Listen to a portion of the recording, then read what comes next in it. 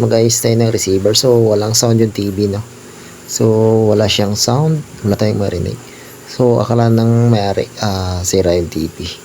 Yun pala yung sira yung receiver. So pakinggan nyo guys, no? Pag ayos yung TV, pag ganyan nyo guys, no? Tutunog yan.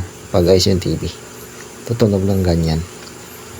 So ayan guys, no? Kahit i-volume, wala talagang ka-sound. Sira yung receiver.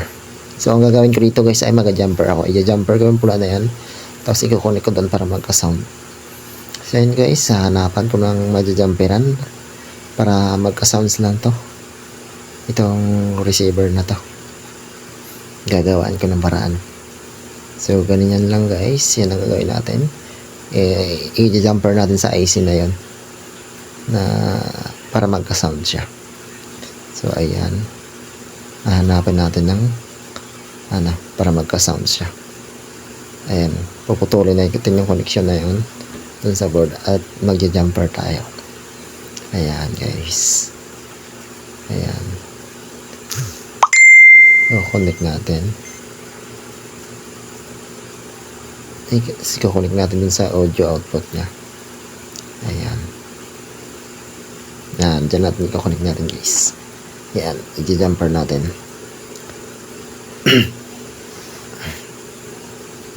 Ayan, i-jumper natin. Hinahangan natin guys. Ikakating natin yung connection ng audio output ng receiver na to dun sa dating connection niya. Tapos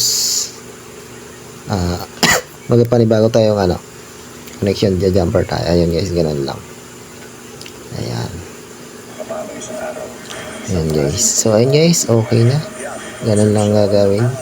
Pag walang sound si receiver, i-cutting lang sa board tapos i-jumper.